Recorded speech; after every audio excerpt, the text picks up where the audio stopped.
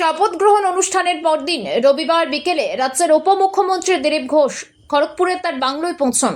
এদিন সেখানে বিজেপি নেতা কর্মী ও সমর্থকদের ভিড় জমেছিল। বাংলোয় দিলীপ ঘোষের মা ও বোন উপস্থিত ছিলেন। সরকারি কর্মী সহ বিভিন্ন সংগঠনের নেতা ও কর্মীরা পশ্চিমবঙ্গের নবনির্বাচিত উপমুখ্যমন্ত্রী দিলীপ ঘোষকে মাল্যদান করে বরণ করে নেন। এছাড়াও বিজেপির পশ্চিম মেদিনীপুর সাংগঠনিক জেলার পক্ষ থেকে একটি বিজয় মিছিলের আয়োজন করা হয়েছিল। এই বিজয় মিছিলটি খড়গপুর শহরের কৌশল্যা মোড় থেকে শুরু হয়ে খড়গপুর মহকুমা হাসপাতালের কাছে গিয়ে শেষ হয়। মিছিলে উপমুখ্যমন্ত্রী দিলীপ ঘোষ, বিধায়ক শঙ্কর গোছাই, অজিত জানা এবং অন্যান্যরা উপস্থিত ছিলেন। আমি আর কতটা বলতে জানি, এখন কেমন লাগছে? ভালো লাগছে। মুখ্যমন্ত্রী হয়েছে মানে একটু তো আলাদা লাগবে।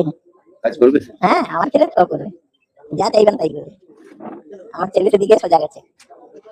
এখন কি ছেলে সঙ্গে চলে যাবেন না থাকবে? আমি মেদিনীপুরে যাবো, ছেলে তো কলকাতায় থাকে, আমিও থাকি।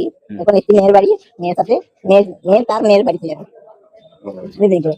আজকে ছেলের সাথে দেখা করবে? ওই সেটা ওখানে আসবে কি জানি, অনেক দূর গেছে নাকি। কি আশা? দেখবে, দেশকে দেখবে, আমাদের জঙ্গলমহলকে দেখবে, আর অভয়া কাণ্ডটা দেখবে। এগুলোই আশা করছি আর কি ভাইয়ের কাছে। ভাইকে কি বলবেন? বলবো যে দেশকে দেখ, তারপরে আমাদের জঙ্গলমহল দেখ, অভয়া কাণ্ডটাকে দেখ, এগুলোই আশা করবো, এগুলোই বলবো।